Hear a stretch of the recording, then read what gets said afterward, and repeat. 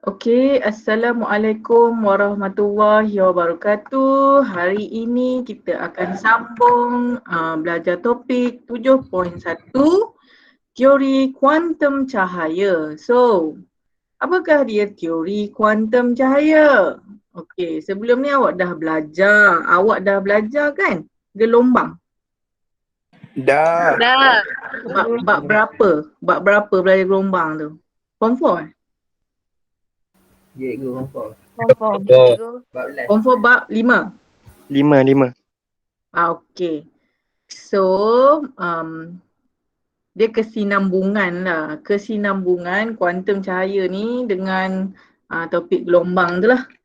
Okey, so ni gelombang. So hari ni kita revise dah dulu mana yang ada. Okey, so hari ni apa yang awak tahu kalau awak pandang gelombang ni? Okey. Puncak ke puncak. Okey, dah pilih pen dah. Okey, boleh conteng ke sekarang? Okey, dari puncak ke puncak. Okey, puncak ke puncak ni kita panggil panjang apa? Kita Wavelength. Yes, wavelength. Okey, kita panggil wavelength lah. Oh, gemuk sangat pen ni. So kita kena kurangkan balik the thickness, okey. Okey, so kalau kat sini kita akan nampak the wavelength is smaller lah. Wavelength smaller, ni wavelength larger lah. Okey, apa yang awak belajar sebelum ni? Kita ada rumus. Kita ada rumus apa? Rumus gelombang kan? Okey, hal laju gelombang sama dengan frekuensi kali panjang gelombang lah. So, hubung kait dia panjang gelombang dengan frekuensi. Okey, semakin bertambah panjang gelombang, maka frekuensi berkurang lah. So dekat sini frekuensinya berkurang, yang ni frekuensinya bertambah lah. Okey, jelas? Okey, range dekat sini ni adalah range cahaya tampak. Okey, cahaya tampak. So sama jugalah kat sini, panjang gelombang ni. Okey, panjang gelombangnya apa? Panjang gelombang untuk color merah ialah panjang. Jadi frekuensi merah ialah rendah, betul? Yang ni panjang gelombang untuk biru pendek. Panjang frekuensinya tinggi. Sebab nanti awak kita akan guna cahaya warna untuk buat kesan fotoelektrik. Jadi kenapa bila kita guna cahaya merah tidak berlaku kesan fotoelektrik tersebut. Sebab inilah frekuensi ni, jelas. Jadi cikgu nak awak kenal warna, ciri-ciri warna tersebut. Okey, jelas ke tak jelas? Okey, Jelas. benda ni kena hafal dululah. Kena hafal dulu ni kan, dulu kena hafal lah. Rose merah itu very ni visible light, very unique. Tak gitu. Kau ada? Okay, rose merah itu very unique, tak gitu. So selalunya cikgu akan buat macam ni lah. Rose merah itu very mouse cikgu memang ke laut dalam. Oh, kita kena pakai alas. Okay, satu perkara nak marah dengan Windows 10 ni, dia macam suka keluar iklan macam tu. Tak keluar pula. Keluar macam tu lah. Okay, so rose merah itu very unique, tak gitu. Okay. So kalau macam ni, kita kena tahulah ni radio wave. This is radio wave. Okay, this is radio wave. Okay, ni gamma lah. Kalau cikgu akan hafal macam ni. Gamma, frekuensi apa? Gamma frekuensi is very high. Gamma. Tenaga besar, frekuensi pun besar lah. So high frequency, high energy, dia macam tu. Dia punya relationship. So radio wave, frekuensi rendah lah kan. So bila frekuensi rendah, dia berkadar songsang dengan panjang gelombang. Jadi panjang gelombang radio wave tinggilah. Ni panjang gelombang gamma rendah. Okey. Apa kelebihan radio wave? Kalau panjang gelombang panjang, mudah terbelau. Tu ciri-ciri dia, kelebihan dia lah. Walaupun frekuensi dia rendah, dia mudah terbelau. Macam tu. So kalau kita guna, kalau dalam dasar laut tu kita panggil apa? Kita panggil gelombang apa? Sonar. Okey, sonar tu dekat mana? Sonar kat mana dalam range ni? Tak ada Tak ada sonar kat sini. Okey, sonar. Sonar tu ciri-ciri dia high frequency lah. High frequency, high energy supaya boleh tembus masuk ke dalam dasar laut. Itu ciri-ciri lah. Kenapa kena tahu sedikit sebanyak ciri-ciri ni sebab nanti kan nak buat apa? Modifikasi. Okey. Yang cikgu cerita ni tak masuk lagi fizik kuantum. Macam gitu. Okay, so ini ialah spektrum elektromagnet. Semua objek dapat memancarkan sinar elektromagnet. Semua objek. So kita sendiri pun memancarkan sinaran elektromagnet. Frekuensi sinaran elektromagnet yang terpancar bergantung kepada suhu objek.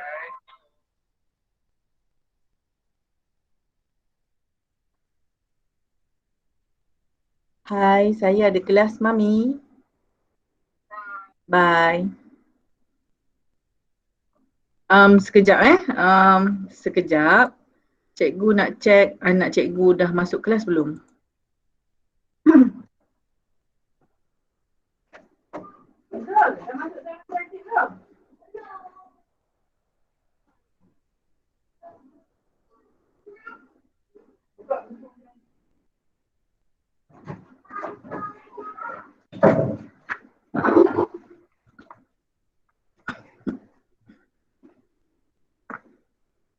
Tutup kamera, lupa tutup mic kelakar kan? Okey, objek yang sejuk memancarkan gelombang dengan frekuensi yang rendah. Contohnya, gelombang radio, gelombang mikro. Manakala objek yang panas memancarkan gelombang dengan frekuensi yang lebih tinggi. Contohnya, cahaya tampak dan sinaran ultra ungu. Okey, jasad hitam. Jasad hitam ni apa? Okey, jasad hitam merupakan suatu jasad unggul berupaya menyerap semua sinaran elektromagnet yang jatuh padanya. Jasad hitam juga dapat memancarkan sinaran terma bergantung kepada suhu. So jasad hitam ni ada dua ciri. Ciri yang pertama, menyerap semua sinaran elektromagnet. Lagi satu, dia akan memancarkan pula. Memancarkan sinaran terma bergantung kepada suhunya. Okey. Dan sinaran yang dipancarkan berbentuk spektrum selanjar dan tidak dipengaruhi oleh jasad hitam. Okey. Sinaran yang dipancarkan berbentuk spektrum selanjar. So apa dia spektrum selanjar? So ni spektrum selanjar. Spektrum selanjar dia siri warna yang tidak dipisahkan lah. Ni spektrum selanjar. Tapi kalau black body dia akan menghasilkan spektrum garis. Ni spektrum garis. Mana spektrum garis? Tak ada. Okey ni. Okey nampak ni.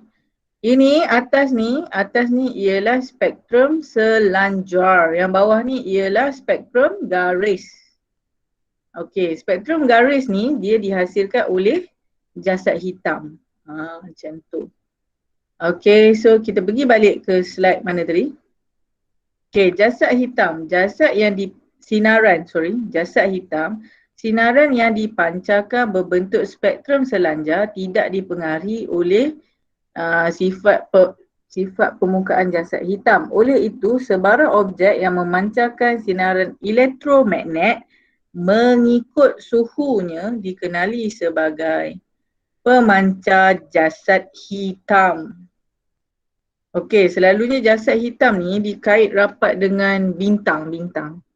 Bintang dia bersuhu, dia serap semua cahaya tapi dia memancarkan sinaran jasad hitam sebab dia bersuhu. Okey, sinaran thermal. Okey, ni sinaran thermal lah. Sinaran thermal merupakan sinaran elektromagnet yang merangkumi sinaran boleh tampak. Sinaran yang tidak boleh dilihat oleh mata manusia seperti sinaran inframerah. Okey. Dia ni merangkumi sinaran boleh tampak dan sinaran yang tidak boleh dilihat. Okey. So dia dah macam ada dua gabungan ciri kat situ. Sebab sinaran inframerah tak boleh dilihat tapi dia juga merangkumi sinaran boleh tampak. Okey. Sinaran jasad hitam, sinar cahaya memasuki rongga telinga. So inilah rongga telinga. Mengalami proses pantulan berulang-ulang kepada dinding. Setiap kali pantulan berlaku, sinaran akan diserap oleh dinding rongga. Oleh itu, rongga telinga bertindak seolah-olah jasad hitam. Apa-apa saja yang menyerap. Yang menyerap apa? Yang menyerap sinaran elektromagnet. So sinaran cahaya. Cahaya tadi kan dah masuk dekat apa? Ni kan? Cahaya tampak ni kan dah masuk dalam siri elektromagnet kan? Macam itulah Jadi dia dianggap sebagai jasad hitam lah sebab dia menyerap gelombang elektromagnet. Sinar elektromagnet. Okey, jasad hitam. Apabila suatu objek meningkat, objek tersebut bertindak sebagai pemancar jasad hitam dengan memancarkan sinaran terma kepada semua panjang gelombang. Macam tu gambar dia. Okey. Yang ini ialah graf jasad hitam. Ini graf jasad hitam. Lazimnya setiap lengkungan graf untuk spektrum jasad hitam adalah lebih sempit pada bahagian kiri. Mana bahagian kiri? Ni kiri kan? Ni kiri kan? Ya. Okey, dia cakap kawasan yang mempunyai panjang gelombang pendek, frekuensi tinggi. Panjang gelombang. Dekat sinilah. So, suhu yang semakin meningkat, panjang gelombang mencapai keamatan sinaran maksimum juga semakin pendek. Okey, ni tak faham. Suhu yang semakin meningkat. Suhu meningkat.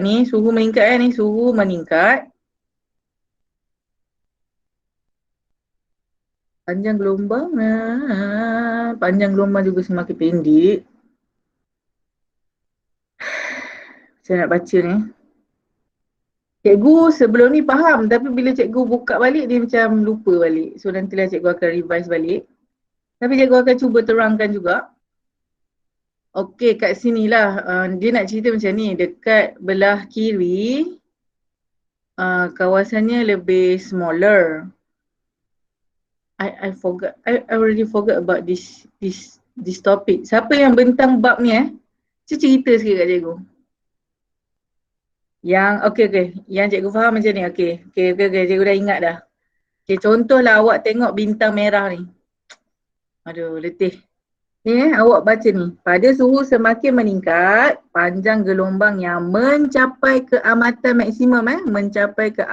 maksimum juga makin pendek. Okey. Hafal ayat ni supaya cikgu boleh terang graf sebelah sini. Okey. Bismillahirrahmanirrahim. Okey, Dek, tengok ni, Dek. Okey, nampak ni. Kita ada bintang merah. Okey, bintang merah. Kita ada bintang biru. Okey, bintang biru Okey, bintang biru suhu tinggi, betul. Bintang biru suhu tinggi, dia cakap apa? Puncak keamatan. So ni keamatan dia, nampak? Keamatan dia mencapai pada panjang gelombang apa? Biru pendek ke panjang? Panjang gelombang biru. Biru panjang. Betul-betul lah awak ni. Okey, baca balik. Dia cakap suhu semakin meningkat, panjang gelombang mencapai sinaran adalah pendek. Biru sepatutnya pendek lah, Dik. Assalamualaikum anak murid. Can you see my notes here?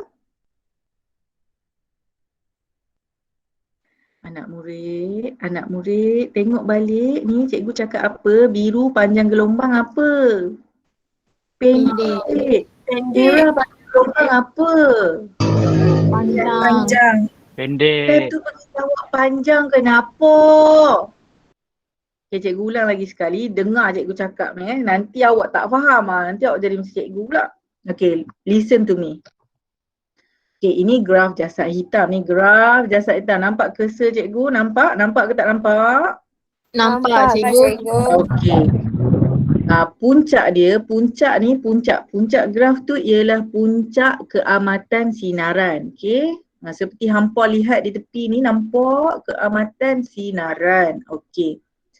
Dan dia cakap tadi, semakin tinggi suhu, apa berlaku? Puncak keamatan berlaku pada panjang gelombang rendah. Tulis sikit tu lah, cikgu suruh hafal tadi, tak nak dengar. Okay, tak apa, cikgu tak marah, cikgu senyum. Can you see my senyuman? Okay. Okay, baca balik suhu yang semakin meningkat. Baca, suhu yang semakin meningkat. Panjang gelombang yang mencapai keamatan sinaran maksimum ialah semakin pendek. Jelas tak cikgu ajak tadi? Jelas. Okay. Jadi dalam graf ni, okay, pandang cikgu punya graf ni. Okay, bila 4,000 Kelvin, okay, bila 4,000 Kelvin, nampak tak suhu dah rendah, betul? Okay, bila suhu rendah, graf ni akan mencapai puncak keamatan. Nampak ni, puncak dia ni. Nampak Puncak keamatan dia berada pada warna merah. Jadi warna merah, panjang gelombang apa tadi? Panjang gelombang panjang lah, jelas? Jelas. Okay, jadi apa hubung kaitnya? Berkadar songsang lah. Okay, lambda tinggi lah. Itulah tadi cikgu suruh berkenalan, tak nak. Okay ni, untuk graf bintang putih seperti matahari, dot-dot lah, dot-dot biru ni. Okay ni, dot-dot biru. Okay, suhu dia sederhana lah. Okay, kita nak cerita pasal siapa tadi? Kita nak bandingkan dengan siapa tadi? Okay, cikgu banding dengan bintang biru lah. Bintang biru tadi suhu tinggi kan? So bintang putih suhunya rendah sikit lah, betul? Rendah sedikit daripada biru kan? Okay, bila rendah sedikit, jadi kita kena puncak dia dekat mana? Berada dekat hijau, betul? Okay. So cikgu nak tanya macam mana nak hafal siri warna? Ni. Siri warna ni. Siri warna ni kena hafal lah warna pelangi. Warna pelangi siapa? Siapa warna pelangi? Okay, Michael tak boleh. Awak hafal Upin Ipin ke siapa? Upin Ipin. Kalau Upin Ipin tu, cikgu bukan zaman Upin Ipin. Cikgu Michael Jackson kena hantar balik India Utara. Awak apa? Mat Jenin. Awak apa? Marijuan kacang hijau. sama Ipin Ipin. Okey. Dah salah lah. Bukan Upin Ipin, Ipin Upin. Can you see that? Dia akan menyebabkan awak tertukar, okey? Okey, so ni nak ajar ni. Merah, panjang gelombang panjang.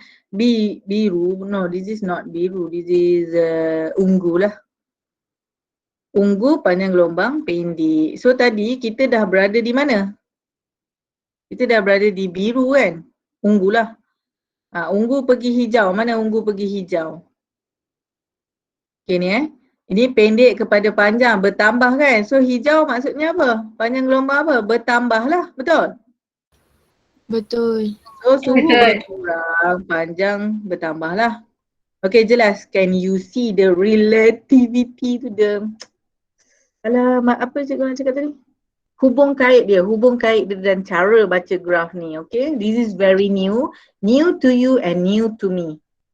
Dulu mungkin cikgu dah belajar zaman university, but it's how many years ago? It's 10 years ago. Okay, so kat sini info celik, semakin tinggi keamatan cahaya sesuatu jasad hitam, semakin banyak tenaga cahaya terpancar, katanya. Okay. Sepatutnya keamatan tak ada kaitan dengan tenaga.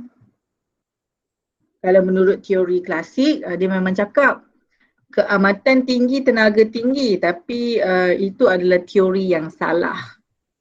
Okay, seterusnya, ini adalah bukan ciri, ini adalah apa? Aplikasi, betul? Betul. Macam nak kecilkan slide cikgu ni, it's too big. Okay, ni apa tajuk dia? Tak nampaklah tajuk dia. Apa tajuk dia ni? Macam ni je. Apakah benda je ni? What is this? Okay, berikut ialah mungkin contoh jasad hitam. Ni contoh cikgu rasa ni. Image termografik sebuah kereta, elemen pemanas ketuhar. Yang ini sinaran thermal dalam mentol lampu pada suhu tinggi. Okay. Seterusnya, pencetusan idea teori fizik kuantum. Okey, dulu fizik kuantum cakap cahaya merupakan gelombang elektromagnet yang terhasil daripada getaran cas elektrik. Dalam suatu objek yang panas, elektron akan bergetar pantas pada sebarang arah dan rawak dan menghasilkan cahaya. Semakin panas objek tersebut, semakin apa? Semakin tinggilah getaran kan? Menjadi lebih bertenaga, lebih banyak cahaya akan terpancar. Okay, so pencetusan idea teori fizik kuantum. Okay, mana lagi? Kat mana banyak sangat pencetusan idea ni. So kita refer buku teks sebentar. Mana buku teks kita? Okay, fizik kuantum. Okay, bagaimanakah idea teori kuantum tercetus? Baru sampai sini dek. Okay ni. Okay, jasad hitam merupakan suatu jasad unggul yang berupaya menyerap semua sinaran elektromagnet yang jatuh kepadanya. Okay, sinaran hitam dapat memancarkan sinaran thermal bergantung kepada suhunya. Okay, awak kena ingat tu dua ciri jasad hitam. So kita dah expert baca graf ni. Okay, yang ni ialah contoh-contoh jasad hitam dalam kehidupan seharian kita. Okay, pencetusan idea. So ni lah. Mana awak kena baca pencetusan idea ni. Pencetusan idea. Okay, ni teori kuantum lah. Ini teori klasik. Okay, so slide ni cikgu baca dulu. Kalau dia macam tak kena dengan tak berkesinambungan, cikgu akan cerita balik lah. Okay, pencetusan idea teori fizik kuantum. Elektron dalam objek panas akan bergetar dengan satu julat frekuensi yang selanjar. Okay, menurut teori klasik, elektron yang bergetar pada frekuensi yang sama harus mempunyai kandungan tenaga yang sama. Frekuensi getaran elektron juga tidak mempunyai had. Oleh itu, tenaga cahaya yang terhasil daripada gerakan getaran elektron boleh mencapai nilai tinggi tidak terbatas. Okey, walau bagaimanapun, keputusan eksperimen yang melibatkan jasad hitam telah menunjukkan percanggahan teori fizik klasik di mana graf keamatan sinar melawan panjang gelombang bagi sinaran jasad hitam, keamatan cahaya tidak selanjar dan bertambah. selanjar dengan pertambahan frekuensi gelombang seperti diramalkan oleh teori klasik. Pencanggahan konsep cahaya ini telah mencetus fizik kuantum. Okey. Teori klasik, eksperimen jui celah cahaya, model atom Dalton dan penemuan elektron, sifat zarah cahaya. So tadi kita start dengan Isaac Newton kan dalam gambar kita di buku teks. Mana buku teks tadi? Ini nampak Isaac Newton Okay. Okey, cikgu dah faham dah. Yang ni point dia kat mana. Okey, macam ni mana selanjar tadi? Mana selanjar tadi? Mana perkataan selanjar? Ni. Okey, ambil pensel sikit. Awak jangan panik. Memanglah tak faham sebab yelah level universitas kan. Okey. Okey ni objek panas akan bergetar dengan satu jurat frekuensi yang selanjar.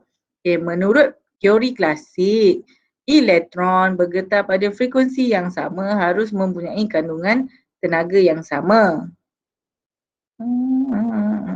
Mana? Walau bagaimanapun, keputusan eksperimen.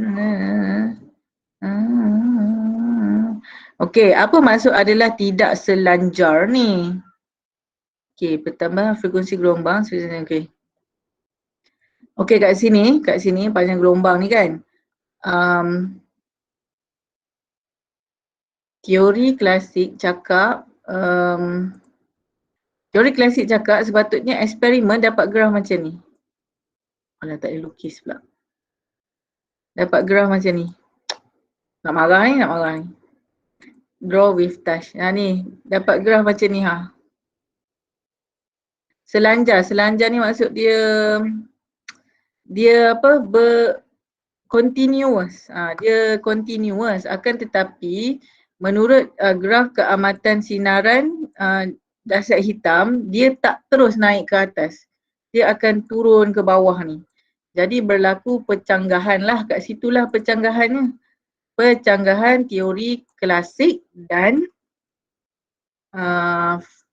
teori klasik lah. Jadi fizik kuantum yang nak buktikan graf jasad hitam ni. Okey, seterusnya pencanggahan konsep tenaga cahaya ini mencetuskan teori fizik kuantum. Walau bagaimanapun, keputusan eksperimen telah menunjukkan pencanggahan. Cuma kat sini, graf keamatan sinaran melawan panjang gelombang, keamatan cahaya tidak selanjar dengan pertambahan frekuensi. Okey, dengan pertambahan frekuensi. Okey, tengok ni cara baca graf ni. Cara baca graf pun penting juga Okey, tadi kalau kat sini kita baca macam mana? Sini kosong kan? Sini semakin bertambah lah panjang gelombang, betul tak? Semakin bertambah panjang gelombang, betul? Kan panjang gelombang berkadar songseng. Tahu ke tak tahu? Kan panjang gelombang berkadar songsang dengan panjang gelombang kan? Jadi sebab tu kita baca macam ni. Ni panjang gelombang bertambah. Sebab tu cikgu baca dari belakang ni. Frekuensi bertambah, ni nampak ni. Kan panjang gelombang bertambah kan? Frekuensi berkurang, betul? So semakin ke sini, frekuensi akan semakin bertambah, okey? So cara baca graf ni, pertambahan frekuensi menyebabkan berlaku pertambahan tenaga lah. Akan tetapi semakin bertambah frekuensi, dia tak terus continuous ke atas. Selanjar tu continuous tapi dia drop ke bawah ni. Bila dia drop ke bawah ni, jadi membuktikan bahawa teori fizik klasik tidak tepat. Okey, jadi pencanggahan konsep ni menghasilkan teori fizik kuantum. Okey, so kita berkenalan dulu dengan tokoh-tokoh fizik klasik lah. Okey, Isaac Newton cakap sifat zarah cahaya.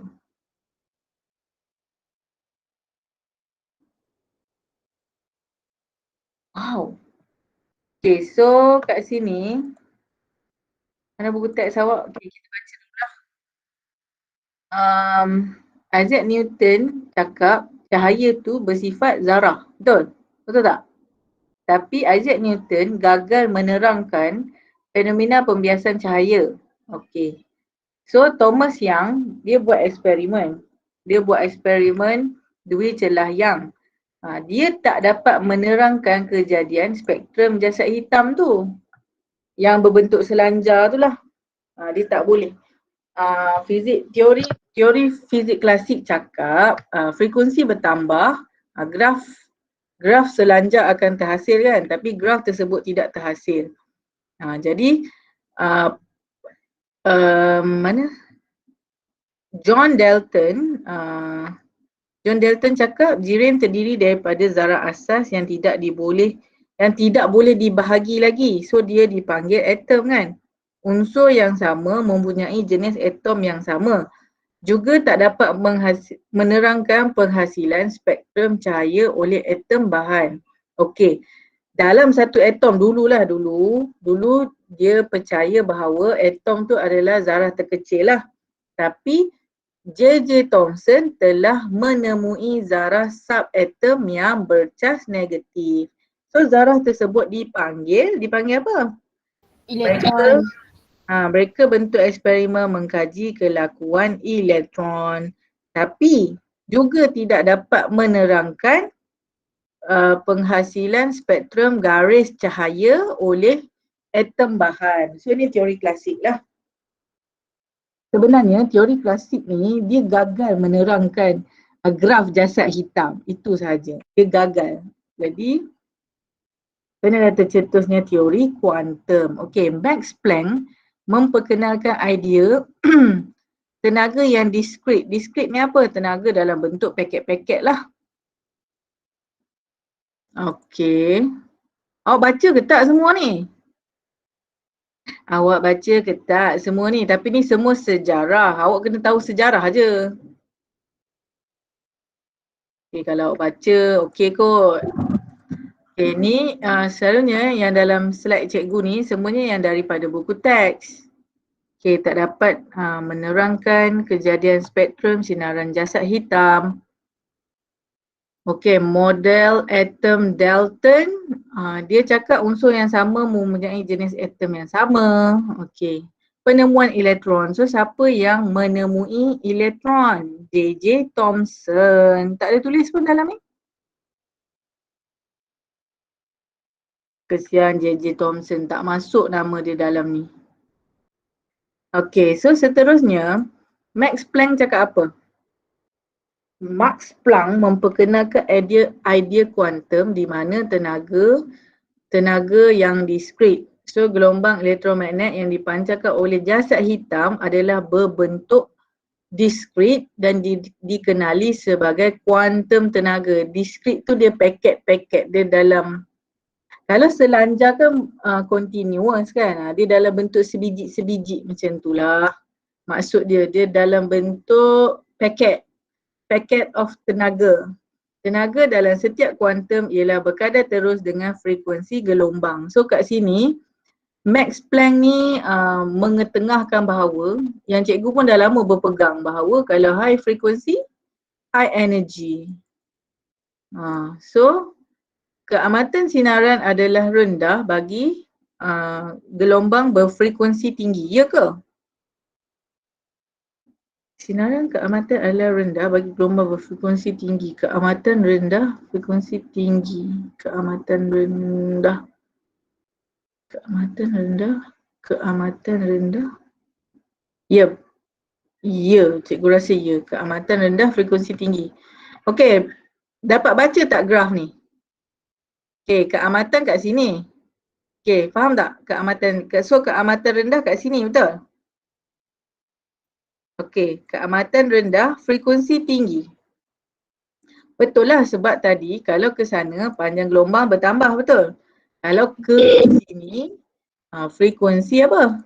Bertambah, betul? So betul lah kat sini, keamatan sinaran ialah rendah bagi gelombang yang berfrekuensi tinggi. Macam itu dek, susah nak baca graf ni. Okey, seterusnya Albert Einstein. Berapa kali Einstein nama dia naik ni? Ke tadi tak ada Einstein. So sorry, tertukar. Newton lah. Ni Isaac Newton kan? Isaac Newton pencetus. Saya selalu tertukar Newton, Isaac Newton dengan Albert Einstein. So Albert Einstein memperkenalkan konsep foton. Tenaga foton berkadar terus dengan frekuensi cahaya. Teori foton Einstein berjaya menjelaskan ciri-ciri kesan fotoelektrik yang tidak dapat dijelaskan oleh teori fizik klasik. So Einstein ni lah start mencetusnya dah boleh. Sebenarnya Max Planck ni dia memperkenalkan idea. Macam tu. Max Planck yang memperkenalkan idea. Einstein yang buat amali ni kot, yang membuktikan. Cikgu pun tak ingat, kena tengok balik video yang cikgu kongsi tu. Menerangkan penghasilan spektrum garis. Okey, Niels Bohr menerangkan spektrum garis, penghasilan spektrum garis atom hidrogen. Elektron bergerak mengelilingi nukleus atom pada petala-petala tertentu. Okey, Niels Bohr ni yang propose elektron tu dia ada duduk dekat petala-petala. Kan awak belajar elektron kan? Mula-mula 2 elektron, lepas tu 8-8 kan? Ya. Petala yang berbeza mengandungi tenaga yang berbeza. Tu Niels Bohr cakap. So pemindahan elektron dari petala pada paras tenaga tinggi kepada paras tenaga rendah akan memancarkan foton. Okey, memperkenalkan hipotesis bahawa sifat zarah bersifat gelombang. Idea Einstein dan de Broglie membawa kepada sifat kedualan gelombang zarah. Okey. Louis de Broglie ni dia ambil kan foton ni dalam bentuk zarah kan? Jadi dia cakap macam ni. Macam nak cakap sifat kedualan ni macam ni. Kita ni zarah. Okey, manusia ni zarah. Okey. Manusia boleh macam mana? Okey, zarah dia boleh berlanggar, dia boleh bergerak macam tu lah kan. Tapi dia cakap kita sebagai zarah ni boleh bersifat gelombang. Kita boleh terbelau, awak bayangkan manusia terbelau, manusia memancarkan cahaya, memantul cahaya. Jadi macam tak boleh lah dia ambil kita ni sebagai zarah yang besar. Macam tu. So dia ambil elektron. Dia ambil elektron sebagai zarah tersebut dan dia buat ujian pada elektron tu, didapati elektron juga bersifat seperti gelombang. Gitulah sifat kedualannya. Okey, seterusnya kita baca slide balik. Okey, ni faham cerita dia? Faham, kononnya faham lah. Okey, yang ni Niels Bohr. Okey, kalau awak nak faham, awak boleh dengar video hitam yang cikgu bagi kat awak tu. Yang cikgu tu dia terang jelas jugalah dan cikgu faham. Okey, kuantum tenaga. Spektrum elektromagnet boleh terdiri daripada spektrum selanjar dan spektrum garis. Okey, kenapa boleh terdiri kepada 2 spektrum pula? Sebabnya ada sifat kedualan tu lah. Spektrum elektromagnet boleh terdiri daripada spektrum selanjar. Kalau awak nampak gambar macam ni yang tiada pemisah ni kita panggil dia spektrum selanjar, yang bawah ni kita panggil dia spektrum garis. Okey. Spektrum selanjar boleh dihasilkan melalui serakan cahaya putih. Okey, pernah tengok tak eksperimen menghasilkan eksperimen serakan cahaya yang menghasilkan 7 warna tu? Okey, awak kena ambil white light. Kenapa cikgu lukis mesti saya ingat hari ni? Okay, awak ambil white light. My God.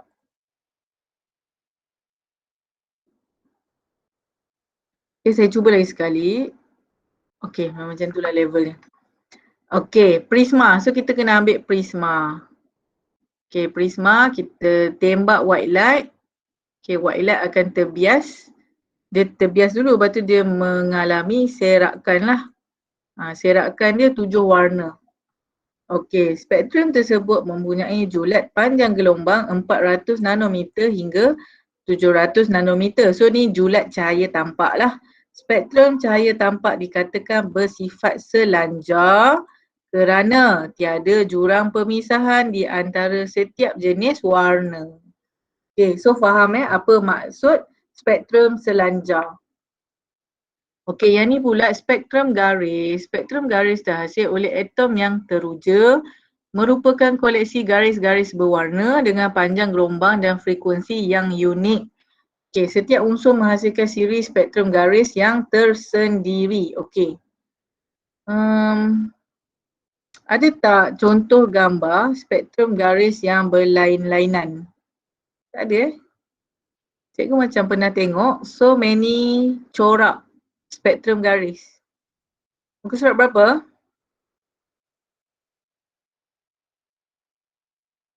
Tak ada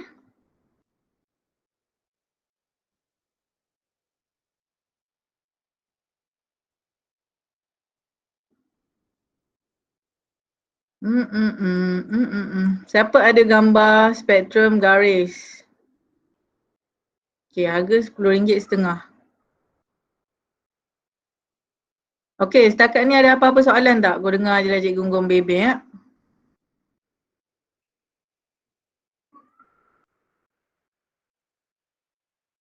Okey, anak-anak, ada apa-apa soalan tak setakat ni? So sekarang ni kita dekat spektrum garis. Kuantum tenaga, spektrum garis.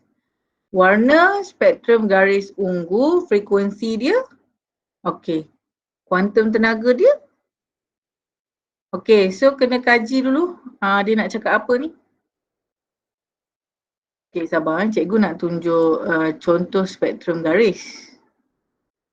Kumpulan mana yang buat spektrum garis ni? Kumpulan 18 kan? Kumpulan 18 ambil gambar kat mana?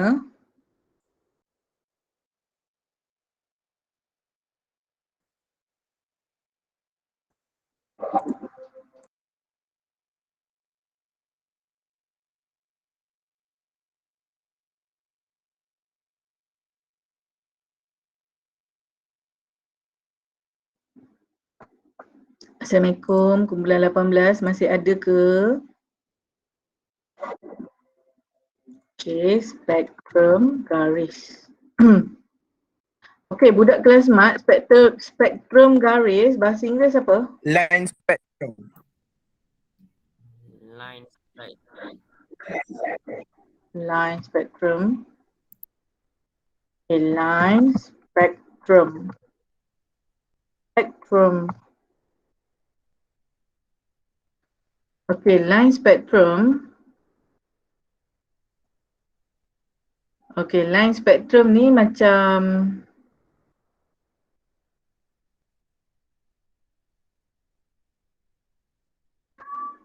okay, ni contoh lah. Okay, contoh macam ni kan. Cikgu harap nampak lah ni. Okay, contoh. Nampak awak nampak Nampak cikgu. Okay, line spectrum ni macam ni. Kalau gas tu ialah gas mercury, ni corak dia. Kalau kalsium ni corak dia. Kalau hidrogen ni corak dia. Nak bagi tahu spektrum garis untuk bahan-bahan tertentu dia ada corak tertentu lah. Jadi spektrum garis digunakan untuk mengenal pasti unsur. Faham tak Pak? Faham tak? Mula-mula awak uji dulu unsur tu. So bila awak dapat corak spektrum garis tu, so awak boleh kenal pastilah dia gas apa. Macam tu. Okay, faham. Faham Okey, seterusnya. Spektrum garis terhasil oleh sesuatu atom yang teruja, merupakan koleksi garis-garis berwarna dan panjang gelombang dan frekuensi yang unik. Okey, ni nampak ni. Setiap unsur menghasilkan siri spektrum garis yang tersendirilah. Ni yang cikgu cuba tunjuk corak tadi tu. Okey. Spektrum garis digunakan sebagai penunjuk bagi mengenal pasti kewujudan sesuatu unsur. Okey? Faham tak? Faham. Contohlah kalau merkuri, corak dia macam ni. Kalsium corak dia macam ni. Hidrogen. So, lepas dapat corak tu, baru kita dapat kenal pasti unsur tersebut. Oh, macam tu dek. Pandai Okay. Next. Can we go next? Okay, ni nak bincang lah. Okay, tadi dia cakap apa? Frekuensi tinggi, tenaga tinggi, betul? So kat sini, okay, ungu lah. Ungu ni, kalau ikut siri, ungu ni panjang gelombang panjang ke pendek? Pendek lah, betul? Panjang gelombang pendek, okay, panjang gelombang panjang lah. So bila panjang gelombang panjang, frekuensi rendah. So ni frekuensi tinggi. So kalau kita baca dari bawah ke atas, frekuensi bertambah kan? So nampak tak tenaga dia ni? Bertambah juga. 3 pergi 4 bertambah juga. So menurutilah teori fizik yang baru di apa? Yang baru di apa? Macam cikgu nak cakap? Yang baru dipropose ni. Mana? Max Planck cakap kan? Ada tak dia cakap? Siapa cakap frekuensi bertambah, tenaga bertambah? Einstein? Tenaga foton ialah, nampak ni, tenaga foton ialah berkadar terus dengan frekuensi. Okay? Faham tak tenaga? Tenaga berkadar terus dengan frekuensi. So terbuktilah. Ya? Faham Faham ke tak faham ni? Faham cikgu. Ni spektrum garis. Spektrum nilai frekuensi dan kuantum tenaga bagi spektrum garis daripada lampu gas merkuri, macam gitulah. Okay. So awak kena ingatlah apa teori-teori yang dipropose. Okay, tadi siapa propose? Albert Einstein cakap tenaga bertambah, frekuensi bertambah, macam gitulah. Ataupun frekuensi bertambah dulu baru tenaga bertambah, something like that lah, berkadar terus lah ya. Okay, kuantum tenaga ialah paket tenaga yang diskrit. Diskrit tu satu-satulah, dia bukan selanjar, bukan continuous, bukan bersambung-sambung. So paket tenaga diskrit bergantung kepada frekuensi gelombang. Menurut teori kuantum Max Planck dan Albert Einstein, okay, tenaga cahaya wujud dalam bentuk paket tenaga dikenali sebagai foton. Foton ialah kuantum tenaga cahaya yang dipindahkan. Okay, ni semua terms-terms baru. So sama-samalah kita membiasakan diri dengan terms baru inilah. Okay. Tenaga foton berkadar terus dengan frekuensi gelombang cahaya. Tenaga foton berkadar terus dengan frekuensi gelombang cahaya. Semakin tinggi frekuensi gelombang cahaya, semakin tinggi kuantum tenaga. Ini dapat dibuktikan melalui persamaan apa ni? Persamaan kuantum tenaga Max Planck. Tak ada tulis tajuk kat sini Okay, kalau tak ada tulis tajuk kita bacalah kat sini. Okay, kuantum tenaga ialah paket tenaga yang diskrit dan bukan selanjar. Jadi ini ialah persamaan apa? Tak cakap Dalam buku awak cakap apa? Ini ke persamaan tenaga foton?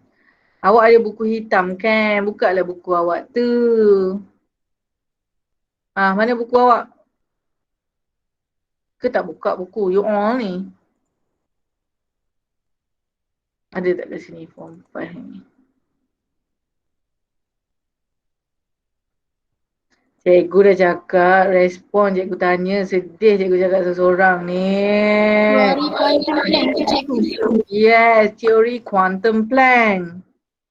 Okey, buka buku lah. Benda ni semua dah buku. Okey, daripada buku ni juga awak kena buat latihan. Okey. Okey, ni masih nuklear. Nuklear ni dah boleh jawab dah. Strontium lah, apalah awak jawab ke tidak? Okay, nanti cikgu buat tuition Awak doakanlah kalau cikgu second dose, cikgu sihat. Okey. So ini ialah persamaan tenaga foton. Kan E? Mana datang Hc over lambda ni? Ni paket tenaga diskrit. So E sama dengan HF.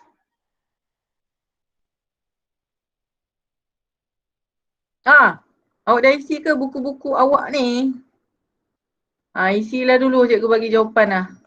Okey. Isaac Newton menghurai sifat zarah cahaya. Thomas Young menunjukkan cahaya sebagai gelombang melalui eksperimen dui celah cahaya. Dah tulis dui celah cahaya, Young double slit dah tulis dah? Dah cikgu. Okey. Menemui zarah subatom yang bercas negatif dipanggil elektron. Okey. Tak dapat juga menerangkan spektrum garis cahaya. Tidak dapat menerangkan spektrum garis cahaya. Tidak dapat menerangkan spektrum garis cahaya. Kenapa wujudnya fizik kuantum? Sebab fizik klasik gagal menerangkan spektrum garis cahaya. Okey, tokoh fizik dalam fizik kuantum memperkenalkan persamaan E sama dengan HF. Okey. Mengembangkan teori Planck. Wujud dalam cahaya wujud dalam bentuk kuanta dikenali sebagai foton. Okey dah, itu saja nak isi, foton je. Okey, seterusnya inilah spektrum selanjar. Sedihnya buku awak tak ada color Okey, buku yang tak ada color boleh tengok dalam buku teks, okey. Okey, so teori kuantum Planck. So ini ialah persamaan adalah E sama dengan HF. H ialah pemalar Planck. Di mana C ialah laju sinaran elektromagnet dalam vacuum. So sebenarnya hal laju cahaya lah. We are commonly known C as hal laju cahaya kan. Sekarang ni sinaran elektromagnet dia dah macam dah jadi kedualan, something like that lah. Okey, mana datang C sama dengan F lambda? Mana datang C sama dengan F lambda? Mana? Tadi slide cikgu tulis apa? V is equal to, nampak ni? V is equal to F lambda kan? V ialah hal laju gelombang, betul? Betul. Okey, hal laju gelombang. Sekarang ni bila dia berada di dalam vacuum, so kita tukarkan hal laju tersebut kepada C lah. Okey, jelas? Jelas. Tidak. Okey, sama dengan F lambda. So F sama dengan C over lambda. So dia ganti kat sini, HF tadilah dia gantikan dengan F over lambda. Betul? Betul ke tak betul? Dia gantikan C over lambda. Mana? Kita kat mana? Kita sesat dah ke? Okey, kita akan habis dekat sinilah 7.1. Macam gitu. Okey, tapi dah hilang slide tadi. Mana kita berhenti? Okey ni Okey, E sama dengan HF kan? Di mana C tak bagi tahu pun? Dia tak bagi tahu pun C ni dia bagi tahu kat sini Nampak ke? Nampak. Okey, dia masukkan C ni, C over lambda ni dia ganti dekat F ni. So jadi HC over lambda. Okey, kiralah. Okey, contoh satu je ada contoh. Okey, so dia suruh kira dulu tenaga foton bagi cahaya yang panjang gelombang pendek dengan sedih betul lah sebab dia Dia berkait-kait. Buat apa cikgu screenshot, cikgu boleh tulis terus. Okey. Jangan sampai cikgu ulang 10 kali Okey, awak kena tahu panjang gelombang apa panjang gelombang? Berkadar apa? Berkadar songsang dengan frekuensi, betul? Betul. Okey. Betul. Sebab kita tahu frekuensi berkadar terus dengan tenaga. So kat sini, semakin tinggi tenaga foton, semakin tinggi frekuensi, betul? Jadi apa berlaku kepada panjang gelombang? Rendah lah. Betul? Ni. So dia nak buktikan semakin pendek panjang gelombang, semakin tinggi cahaya foton. So marilah kita buktikan. Okay, awak masukkan nilai H kan ni, H, C dengan lambda. Lambda tadi 400 nano lah, ni nano Nano. 400 nano ialah 10 kuasa negatif 9. Okey, nampak ni? Nampak tenaga ni? 4 dengan 2. So, siapa lebih tinggi? Okey, mula cikgu label dulu. Sorry, label dulu kat sini. Ini panjang gelombang rendah. Ini panjang gelombang tinggi. Betul? So, 400 ni ialah panjang gelombang rendah. Mana? 750 panjang gelombang tinggi. So, nilai tenaga dia 4 tinggi kan? 2 rendah kan? So, tenaga foton dia tinggi. Tenaga foton dia rendah. So, apa yang kita boleh simpulkan kat sini? Apa yang kita boleh simpulkan? Tadi kita dah simpulkan bahawa tenaga tinggi kalau frekuensi tinggi kan? Frekuensi pula berkadar songsang dengan panjang gelombang. Jadi betul lah.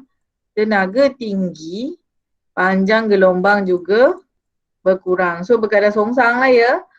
Tenaga foton berkadar songsang dengan panjang gelombang. Jelas? Jelas. Okay, sifat kedualan zarah. Sinaran elektromagnet seperti cahaya dikatakan bersifat gelombang kerana menunjukkan fenomena pembelauan dan interferon. Objek seperti guli dikatakan bersifat zarah. Okey, so kita ni zarah lah ni. Kita manusia ni zarah. Sebab kita mempunyai momentum, tenaga kinetik. So kat sini kita wakilkan guli lah sebagai zarah. Okey, adakah guli akan bersifat gelombang? Awak boleh bayangkan tak? Guli tu, awak nak suruh dia berlaku pembelauan dan interference. Takkan berlaku, betul tak? Tapi tiba-tiba elektron boleh. Macam tu. Menangis. Pada tahun 1924, Louis de Broglie, si ajar lagi de Broglie. Okey, Louis de Broglie, seorang ahli fizik kuantum. Okey, ahli fizik kuantum cakap apa? Ahli fizik kuantum telah mengemukakan hipotesis yang menyatakan bahawa semua zarah boleh menunjukkan ciri-ciri gelombang. Betul ke manusia boleh terbelau? Louis de Broglie ni cakap zarah boleh menunjukkan ciri-ciri gelombang. Apa ciri-ciri gelombang tadi? Boleh terbelau, boleh berinterference, okey. Namun secara eksperimen, zarah yang mempunyai jisim besar adalah sukar. Kenapa manusia tidak boleh tertonjol ciri-ciri gelombangnya? Sebab kita ni berjisim besar. So berjisim besar sukar menunjukkan ciri-ciri gelombangnya. Jadi Louis de Broglie meramalkan ciri-ciri gelombang boleh ditunjukkan oleh zarah ringan. Contohnya elektron lah. Okey, so dia pun buatlah kajian kepada elektron. Beliau menyatakan hubungan momentum sesuatu zarah ni, momentum P kecil dengan panjang gelombang. Beliau menyatakan hubungan, mana hubungan dia? Apa yang dinyatakan? Apa hubungannya? Hubungannya. Berkadar songsang. Berkadar songsang. Baca kat mana? Tak, cikgu nak marah. Kenapa slide ni tak habis? Kat mana tulis berkadar songsang? Okey, Louis de Broglie. Louis de Broglie cakap apa? Berkadar songsang ke? Dengan L panjang gelombang. Ni. Okey, betul. Berkadar songsang. Cikgu dah lupa dah macam ni nak show. How to show this equation? Okey, E sama dengan hc over lambda ni persamaan teori quantum Planck lah. Okey, daripada teori relativity Einstein, awak dah jumpa ni kan? E sama dengan mc kuasa 2, betul? Okey.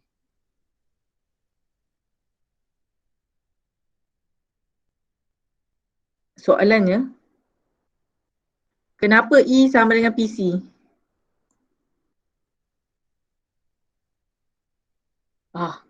Dah blur dah cikgu. Okey, sabar. Okey, dia menyatakan bahawa kenapa panjang gelombang dia buat L? Okey. Tak boleh tiru Lambda. Where is the lambda? Tak ada lambda. Perlu ke cikgu insert simbol sekarang? Insert. Simbol dengan simbol. Simbol. Okay, insert symbol. And then, where is the lambda?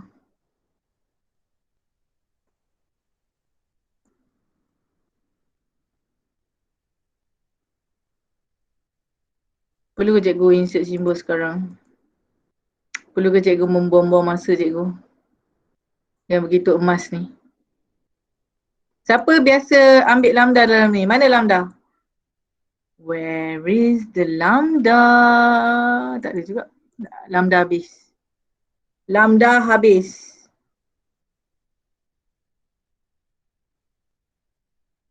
Simbol lambda.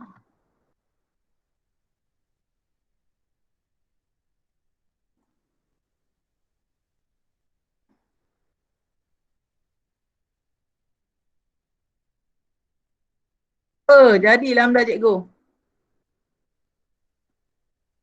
Okey anak-anak, bantu cikgu anak-anak, bantu cikgu sekarang. Cikgu blur ni. Cantik panjang gelombang cikgu. Okey, beliau menyatakan hubungan antara momentum suatu zarah dengan panjang gelombang ialah berkadar songsang. Berkadar songsang. Ni cikgu percaya je lah cakap kawan awak tadi Tapi kalau tengok persamaan pun memang berkadar songsang.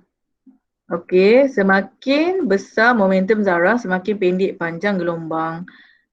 Oleh itu, nilai momentum zarah ditentukan dengan mv. Okey, lepas tu? Okey, H lambda sama dengan H over mv. Ini cikgu faham, ni direct penggantian nampak ni. P sama dengan mv kan, direct. Okey, mari kita bincangkan yang dalam buku kita ni. Okey, macam mana? Ajar cikgu cepat.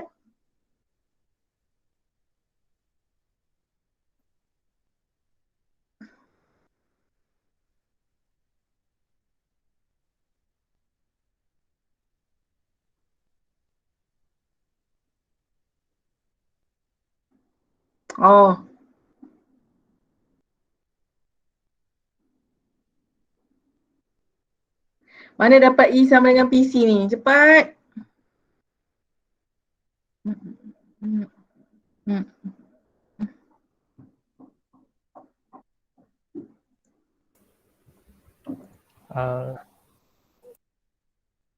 Ke dia salah tulis? Ke dia ada salah tulis?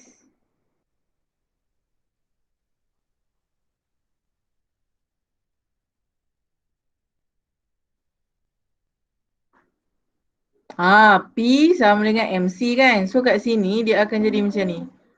MC times C, betul? Mana? Buatlah.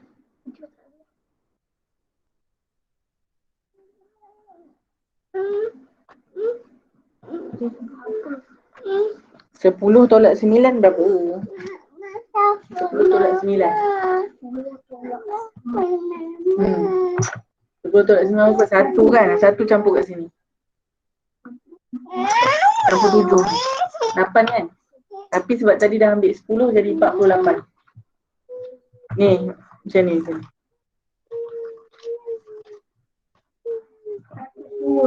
Mana 102? Oh, muka surat. Okay, macam ni. Ambil 10. Ambil 10 dekat 10. Ni. Kita pinjam 10 dekat dia. Tolak dengan 9. Dapat 1 kan? Campur dengan 7 ni 8. Jadi 48. Yes. Okay, nampaknya kita ada peserta.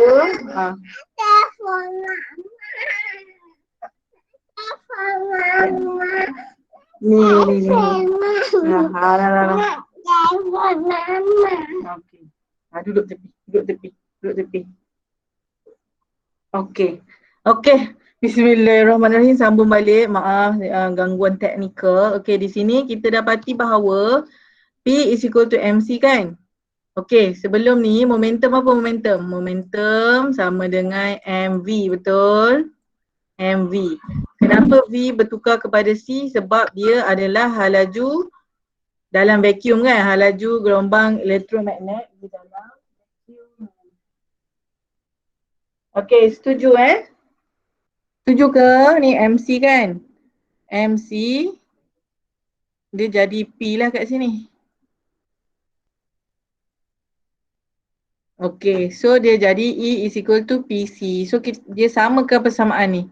E sama dengan E ni kita dapat HC over lambda is equal to PC. Lepas tu potong dapat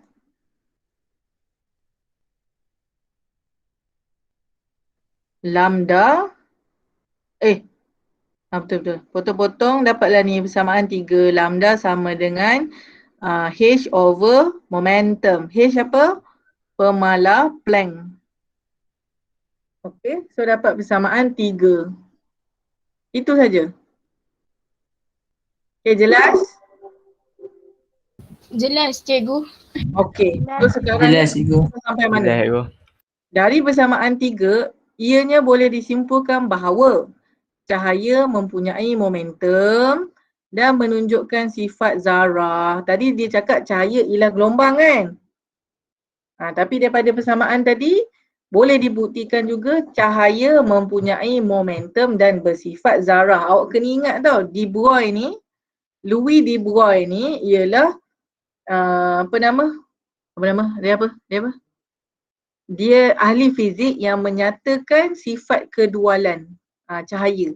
Kedualan cahaya maksudnya cahaya boleh menjadi zarah, cahaya juga boleh dibuktikan menjadi gelombang.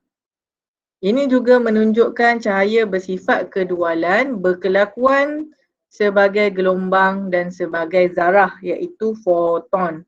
Okey. Ini dikenali sebagai kedualan gelombang zarah.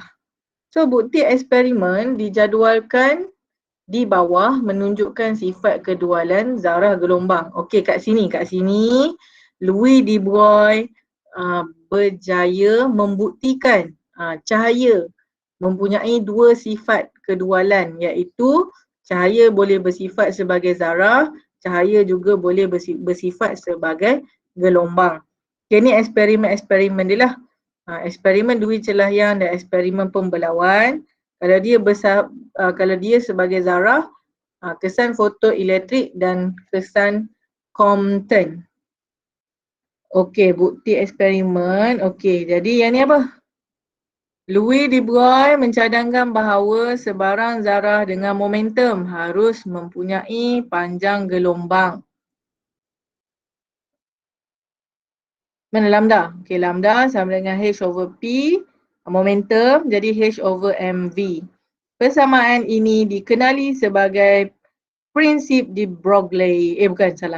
Prinsip de Broglie. Sifat-sifat gelombang jirim ini disebut gelombang de Broglie atau gelombang jirim. Okey, so aplikasi elektron belum masuk lagi 3.2 kan? Okay. So, ni ke 3.2 bukan foton, rumus penting.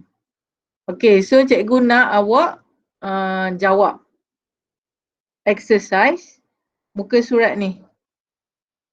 Okay, boleh? Boleh ke tak boleh? Boleh. Boleh cikgu. Sampai habis. So, maksudnya kita telah tamat. Okay, tengok ni. Ini ialah elektron. Corak pembelawan elektron. Didapati bahawa sama pula dengan corak pembelawan. Tadi elektron tu kan zarah.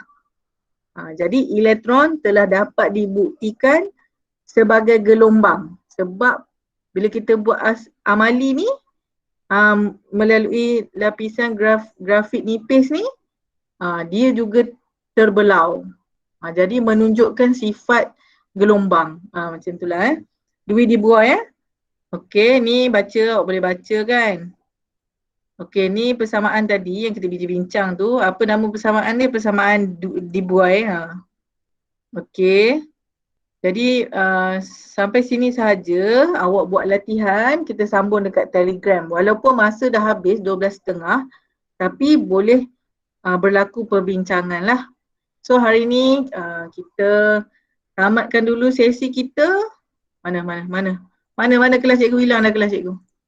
Okay, kita tamatkan sesi kita sehingga 7.1. So sebarang soalan tak faham nak tanya, boleh tanya di Telegram. Okay, terima kasih semua. Terima kasih cikgu.